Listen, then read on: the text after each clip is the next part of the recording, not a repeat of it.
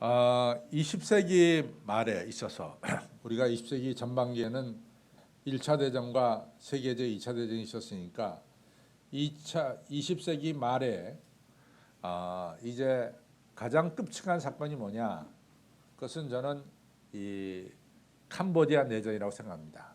그래서 크메르 루즈 정권이 1975년부터 79년까지 이 4년 동안 폴 포트라는 자가 이 캄보디아에서 자행한 이 학살 사건은 아마 20세기 후반에 가장 이같이 극악한 사건이 아닌가 이렇게 생각합니다.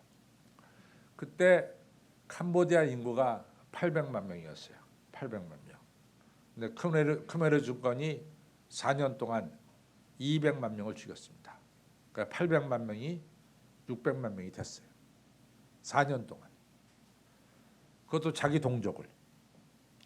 그다음에 그 당시에 대학생이 11,000명이었는데 이 크메르 정권 1979년에 이제 베트남이 이 캄보디아 정권을 도와서 이 다시 크메르 정권이 무너지죠.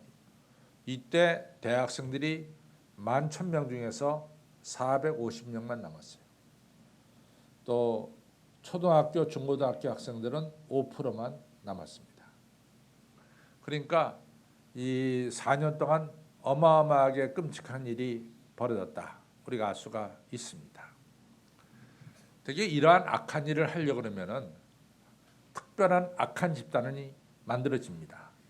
그래서 나치 정권에서는 SS라고 하는 비밀 경찰 대원들이 아주 유대인들을 이잡듯이 잡아가지고 죽였죠.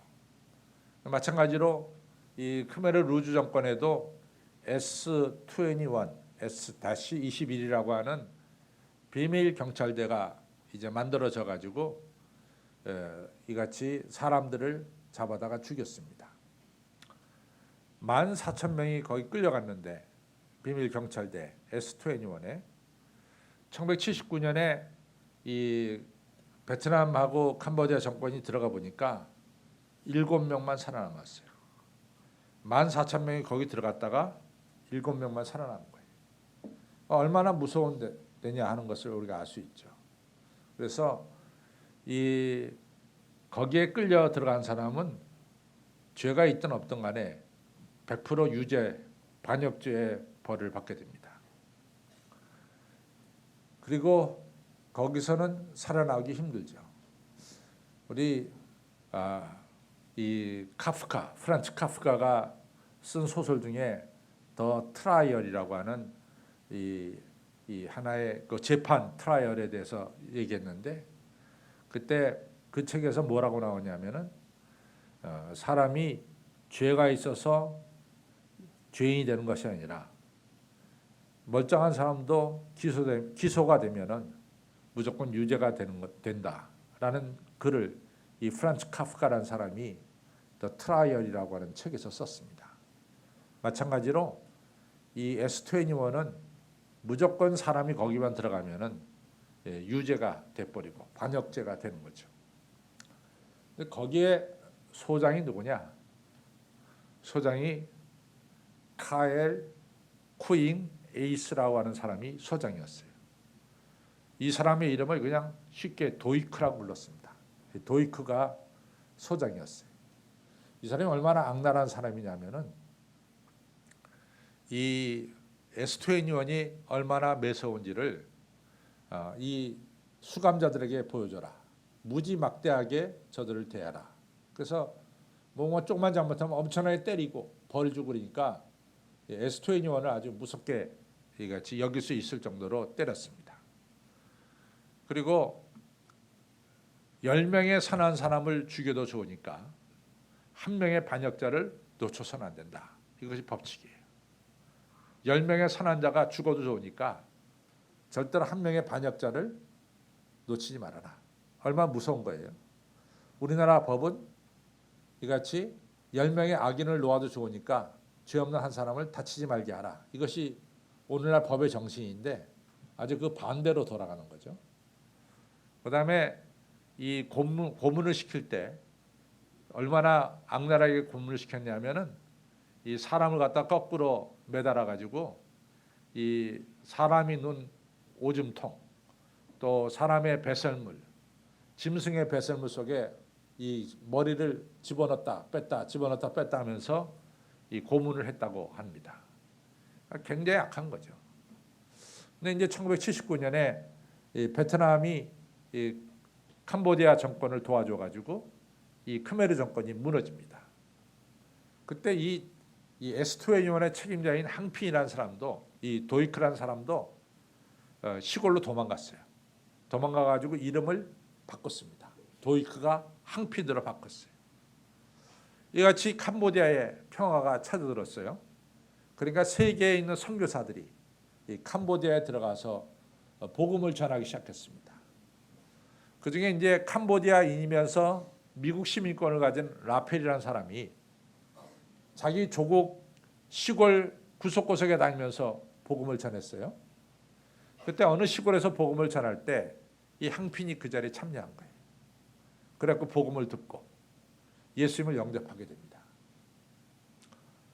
그래가지고 결국 항핀이 세례를 받게 되는데 이제 라펠이 물어봤어요. 당신이 저지른 죄가 뭡니까? 그때 이 일반적인 죄를 생각했었죠. 근데 항핀은 내가 참 많은 죄를 졌고 내가 죄를 내가 상하게 한 사람들이 나를 용서해 줄지 모릅니다. 용서 안 해 줄지 모릅니다. 근데 예수님께서 저와 같이 흉악한 죄인을 용서해 주신다니까 저 예수님께로 나왔습니다. 그러면서 진실로 예수님을 영접하는 마음이 항핀에게 있더래요. 라펠 목사님이 예수님의 십자가의 보혈이 당신의 죄를 씻었고 하나님의 사랑이 당신을 용서해 줬습니다. 이렇게 선언하고 이 항핀에게 세례를 베풀었어요. 근데 항핀이 세례를 받고 나서 더 열심히 이제 신앙생활을 하게 됩니다. 지금은 우리가 이제 목사님이 되려고 그러면요, 지금은 4년 동안 일반 대학을 졸업해야 돼요. 언더그레이드 4년을 공부해야 됩니다. 그러나서 3년 동안 신학을 공부해야 돼요. 그래서 7년이라고 하는 세월은 무조건 공부를 해야 돼요. 그다음에 2년 동안 인턴을 밟아야 됩니다. 그러나서 목사고시 봐서 이제 목사님이 되는 거거든요. 근데 우리나라 초창기에는 그런 게 없었어요. 우리나라 초창기에는 선교사들이 교회를 개척했잖아요. 그러면 교회 나온 사람들 중에 열심히 예수님 믿잖아요. 그럼 그 사람을 뭐라고 얘기냐면 영수라고 명을 합니다. 영수. 그래서 그 영수가 교회를 관할하게 했어요. 그래서 옛날에 교회를 관할한 분은 신학을 공부하지 않은 분도 많이 있습니다.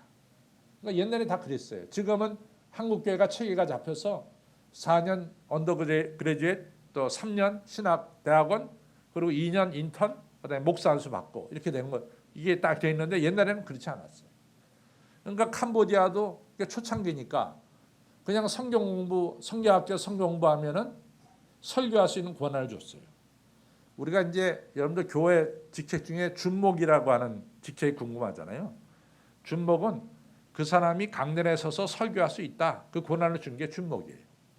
그래가지고 이 항핀도 열심히 성경학교를 나와가지고 이처럼 시골 교회 설교할 수 있도록 허락을 했어요. 그래서 시골에 들어가서 교회를 2개나 개척을 했어요. 근데 캄보디아 내전 뒤에 잠깐 또 캄보디아가 어려울 때가 있었어요. 그래서 이 태국에 난민촌이 생겼는데 이 항핀이 태국 난민촌에 가서 얼마나 열심히 봉사했던지 최고의 봉사상을 받을 정도로 항핀이 열심으로 봉사했습니다. 그러던 어느 날 AP 통신 기자가 이 라펠 목사님에게 전화를 했습니다. 라펠 목사님, 항핀을 아십니까? 제가 항핀을 알죠. 항핀이 어떤 사람인지 아십니까? 제가 어느 시골에서 전도할 때 예수 믿고 제가 세례주고 성경 공부 가르쳐서 설교할 수 있는 권한을 준 사람입니다. 거기까지만 아십니까? 거기까지만 압니다. 저는 크메르 주권이 끝나고 나서 S2N의 이 아주 극악한 집단의 소장을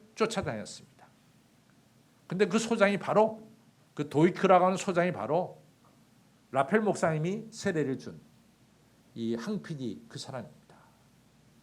그때 라펠 목사님은 너무나 충격을 받았어요. 왜냐하면 자기 친척들도 에스토니아에 가서 죽었거든요. 너무 충격을 받았습니다.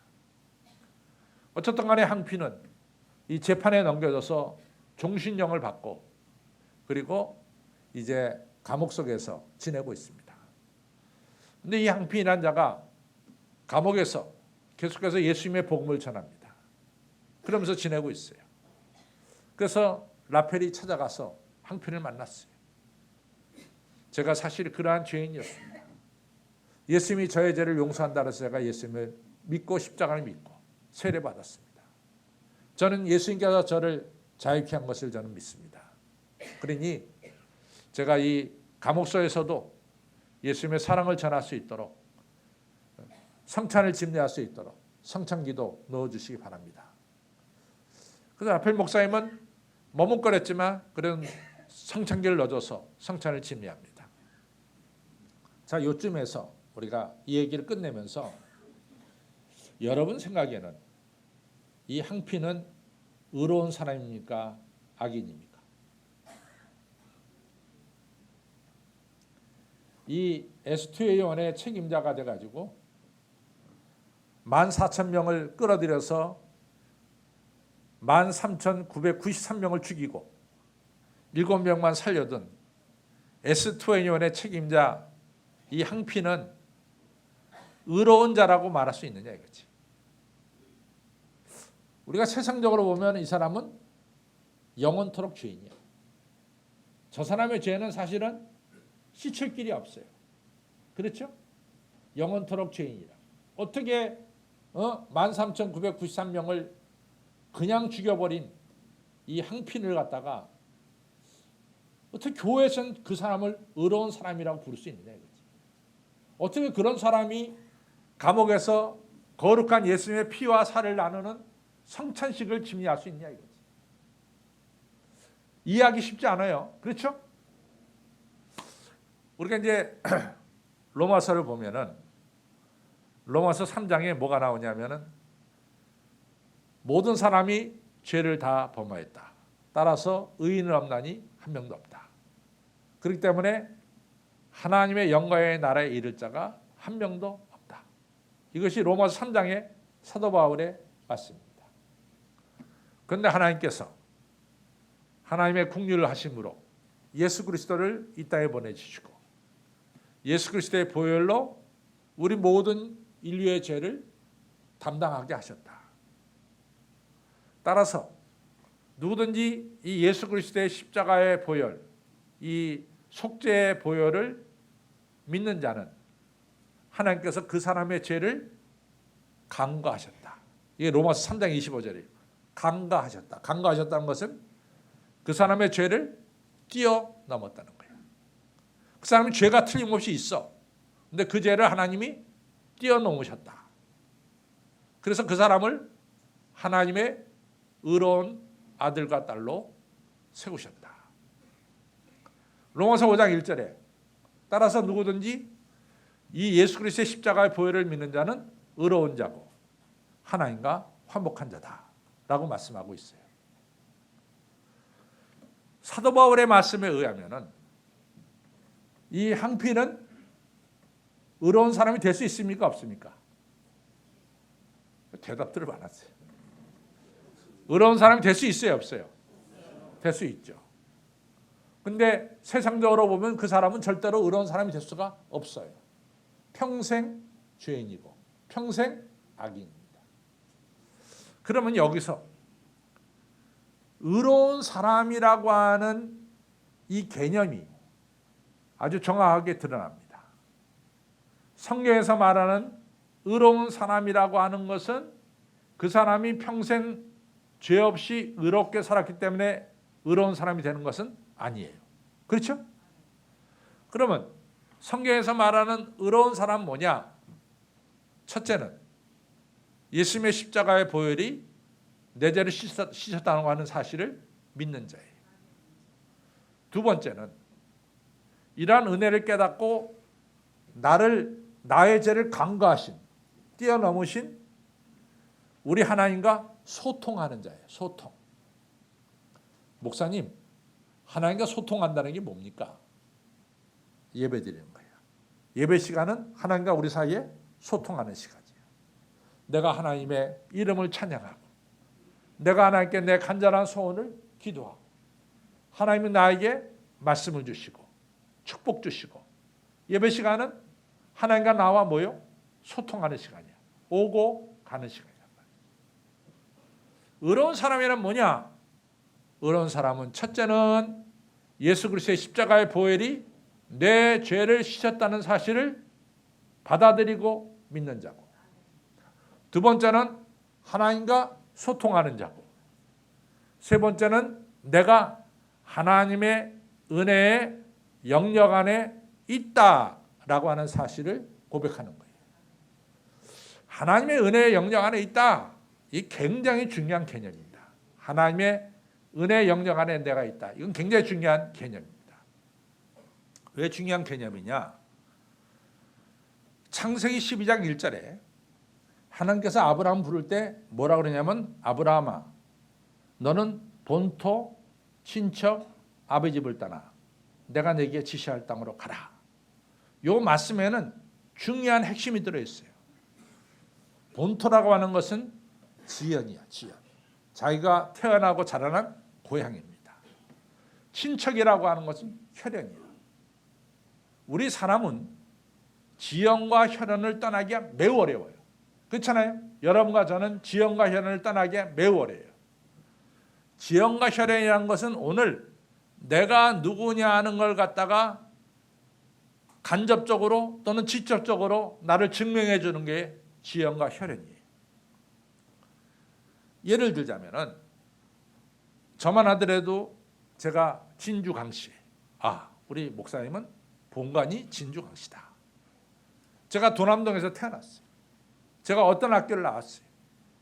제 주변에 이런저런 사람들이 있어요. 우리 아버님은 어떤 분이고 우리 어머님은 어떤 분이고, 이런 지연과 혈연들이 다 내가 어떤 사람이냐를 이같이 나타낸다. 그렇죠?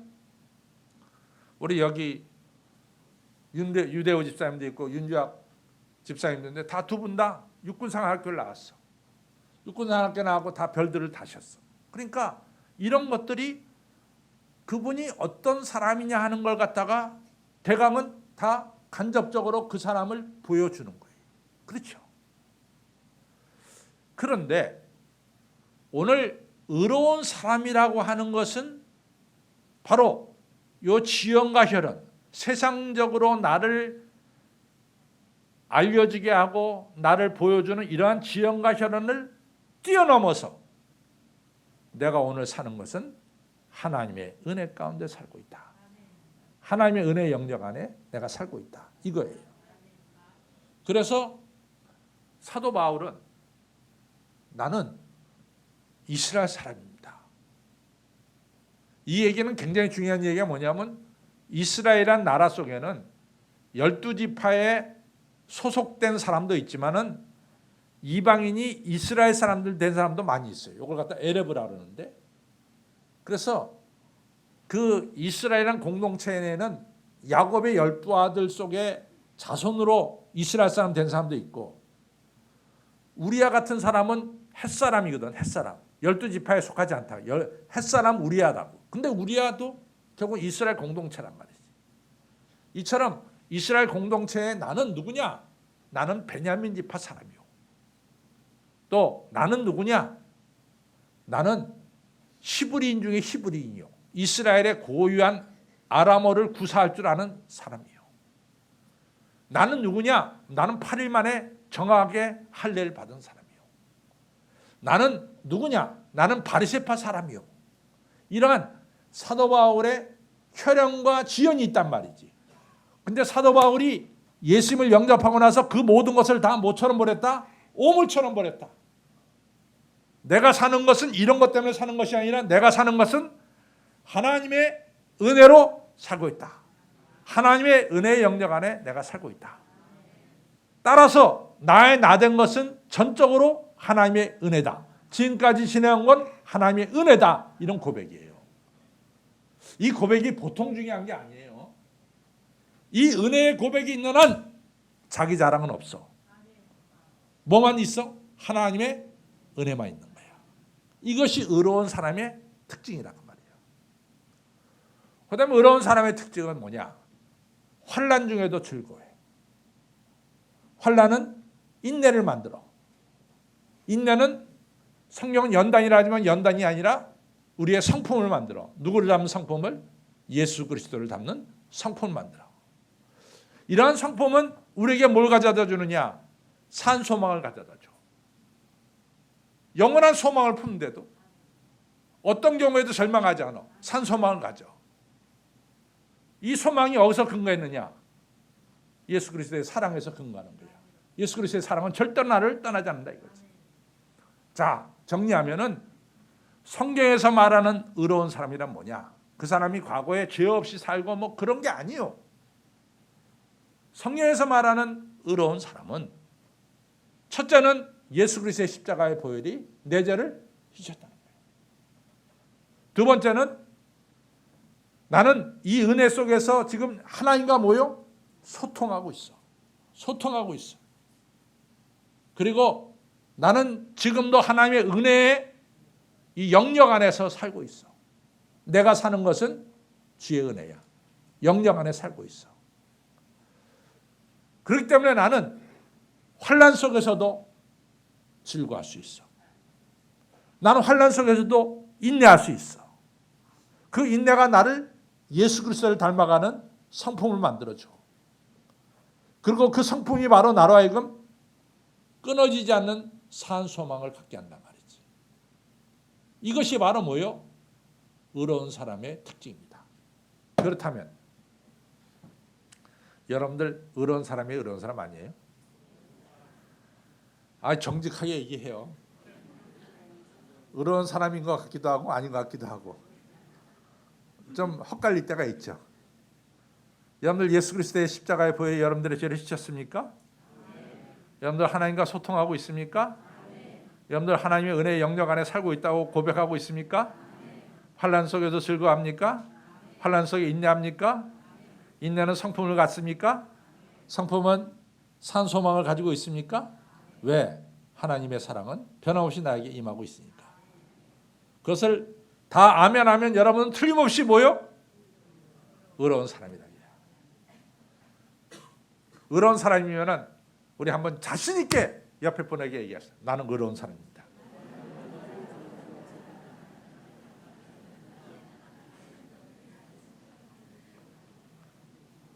이 카테고리에서 보면은 항피는 의로운 사람입니까? 의로운 사람 아닙니까? 항피는 예수 그리스도의 십자가의 보혈로 자기 죄가 씻겨진 것을 믿었어요. 항피는 지금 감옥 안에서 하나님과 소통하고 있어요. 소통하고 있잖아요. 예배드리니까 소통해. 그리고 자기는 그 종신형을 받은 건 당연하다고 생각해. 감옥 속에 자기 지내는 건 당연하다고 생각해. 그러나 내 마음은 기쁘다 그래. 왜? 하나님의 은혜가 나를 감싸고 있으니까. 감옥 생활이 얼마나 힘들겠어요? 환난 속에서도 그는 즐거워하고 있고 그 속에서 인내하고 있고 그렇죠? 그리고 그 속에서 그가 항피라는 약한 자가 누구를 닮아가고 있어? 예수 그리스도를 닮아가고 있다. 항피는 지금 죽어도 천국에 간다고 하는 산소망이 있어요? 없어요? 있지. 항피는 틀림없이 의로운 사람이면 틀림없습니다. 그렇다면 의롭지 않은 사람은 뭐냐? 의롭지 않은 사람. 이게 중요해요. 자, 우리 성경을 보겠습니다. 의롭지 않은 사람은 뭐냐? 우리 21절, 22절, 23절입니다. 의롭지 않은 사람의 특징. 같이 씁니다. 시작. 하나님을 알 때 하나님으로 영화롭게도 아니하며 감사치도 아니하고 오히려 그 생각이 허망하여지며 미련한 마음이 어두워졌나니 스스로 지혜 있다 하나 우준하게 되어 썩어지지 아니하는 하나님의 영광을 썩어질 사랑과 금수와 버러지의 형상의 우상으로 바꾸었느니라. 또 28절을 보겠습니다. 시작. 또한 저희가 마음에 하나님 두기를 싫어하며 하나님께서 저희를 그 상실한 마음대로 내어버려 두사 합당치 못한 일을 하게 하셨으니. 그럼 맨 끝절 보겠습니다. 32절 시작. 사형에 해당한다고 하나님의 정하심을 알고도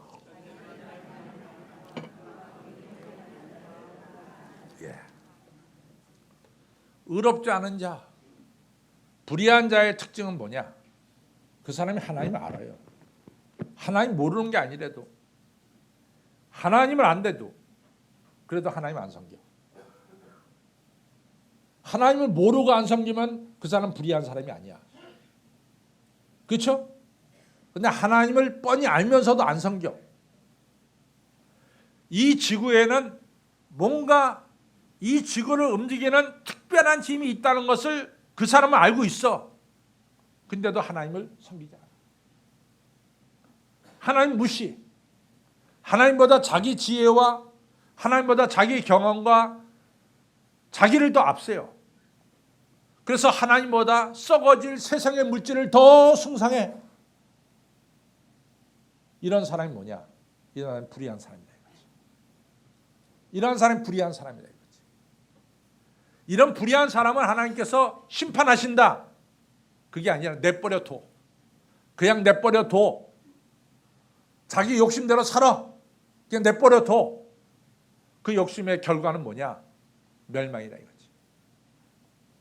하나님 내버려 두는 거예요. 여러분 중요한 것은 여러분과 저가 하나님의 뜻대로 살지 않고 잘못된 길로 나갈 때 딱 브레이크가 걸려. 뭔가 일이 안 돼. 하나님께 감사하시기 바랍니다. 하나님이 여러분과 저를 은혜의 영역 안에 돌보시는 거예요. 하나님께서 버려뒀다. 그냥 그 상실한 마음대로 내버려뒀다. 이게 보통 비참한 게 아니에요. 제가 이제 미국서 목회할 때인데요. 우리 교인 중에 한 분이 이 도박에 빠졌어. 도박에. 이게 뭐 쫙 하면 라스베가스 가서 도박을 하네. 근데 그 부인이 참 헌인적이에요. 남편을 돌아오게 하려고. 그 간호원인데 무척 애를 써. 그 이 사람의 아버지 어머니도 이 사람의 누이 동생도 우리 아들 우리 오빠 올바르게 서게 하려고 얼마나 노력하는지 몰라. 바르게 서게 하려고. 근데 나도 이제 이 사람이 도박에서 벗어나서 바르게 살게 하기 위해서 노력을 했어요. 나름대로. 이 사람의 직업이 뭐냐면은 뭐 한국에서는 다 대학을 나왔지만 미국서 가면은 직업이 바뀌어요. 이 사람은 페인트가 직업이야. 페인트에서 이제 이 먹고 사는데 제가 섬기는 교회가 페인트 할 일이 생겼어요. 전체 내부를. 이 친구가 저한테 와서 하는 말이 목사님 제가 교회 페인트 하면 안 될까요? 저 맨날 집에 거 갖다 팔아서 썼는데 이번에는 제가 돈 좀 벌어가지고 집에서 그래도 아버지 노릇을 좀 하고 싶습니다. 남편 노릇 하고 싶습니다. 얼마나 기특해. 아버지 노릇 한다니까. 그러니까 나도 그 사람 체면을 좀 세워주려고 하시라고. 나한테 오더니 목사님 이 페인트 재료를 사야 되는데 얼마라고 말이지. 그래서 그걸 먼저 페인트 재료를 사야 될 것 같다. 그래서 교회가 돈을 줬어요. 그 돈 가지고 라스베가스 갔어. 그 돈 가지고 라스베가스 갔대도. 그러니까 그런 일이 몇 번 있으니까 아버지 어머니가 손을 놓더라고. 더 이상 그 아들은 돌보지 않아. 부인이 애 데리고 나가버렸어. 동생들도 쳐다도 안 봐. 완전히 버려진 자가 됐어요. 패망이야, 패망. 버려진 자는 패망이야. 여러분, 하나님을 알고도 하나님을 경외치 않고 세상 것을 하나님처럼 섬기는 자는 하나님께서 그냥 내버려둬. 그렇게 살아. 그 끝은 패망이니까. 버림받는 거예요. 여러분, 저는 어떻게 살고 있어요, 지금? 여러분과 저는 십자가의 은혜를 항상 감사하고 있습니까? 하나님과 늘 소통하고 있어요? 하나님과 소통해야 돼요. 이 예배가 소통이야. 하나님께 우리의 찬양과 기도를 올려 하나님이 나에게 말씀을 주셔, 은혜를 주셔, 왔다 갔다 소통해. 내가 지금까지 살아온 것은 하나님의 은혜다. 이것을 믿으세요. 하나님의 은혜입니다. 여러분이 잘나서 이 자리까지 온 건 절대로 아니야. 하나님의 은혜 때문에 내가 이 자리에 서 있는 거야. 이 사실을 고백해야 돼. 우리는 하나님의 은혜의 영역 안에 있어. 그러니까 여러분과 저는 망할까요? 승리할까요? 승리해. 그 확신을 가지니까 우리가 환난 중에도 즐거워할 수 있어. 환난 중에도 인내할 수 있어. 이 환난 중에 인내하는 것이 나로 하여금 누구를 닮아가게 만들어? 예수 그리스도의 성품을 닮아가게 만들어. 이것을 성경에서는 연단이라고 했어. 인내는 연단을. 연단은 뭐요? 소망을. 소망은 그리스도의 사랑으로 말미암느니라. 이러한 의로운 자의 삶을 계속해서 살아가시기를 주님의 이름으로 축원합니다. 기도하겠습니다. 하나님 아버지 감사합니다. 저희들 하여금 오늘 십자가의 보혈의 은혜를 깨닫게 해 주시옵고 이 십자가의 보혈을 믿을 때 내가 저지른 모든 죄를 하나님께서 간과하시고 뛰어넘으시고 우리를 의롭다 하심을 오늘 보았습니다. 이같이 의롭다함을 받은 저희들은 하나님을 찬양하고 예배하면서 하나님과 소통하는 자가 되도록 도와주시고 지금까지 지낸 것 지금도 내가 하나님의 은혜의 영역 안에 살고 있음을 고백할 수 있도록 믿음 주시고 우리의 삶 속에 하나님의 승리와 영광이 우리 앞에 주어짐을 믿으면서 환난 속에서도 우리가 즐거워할 수 있도록 도와주시고 환난은 인내를, 인내는 연단을, 연단은 소망을, 소망은 그리스도의 사랑으로 말미암느니라 라고 한 것처럼 산 소망 가지고 살아가는 머리 숙인 온 성도님들로 축복하여 주시옵소서. 예수님의 이름으로 감사하며 간절히 기도를 쌓옵나이다. 아멘.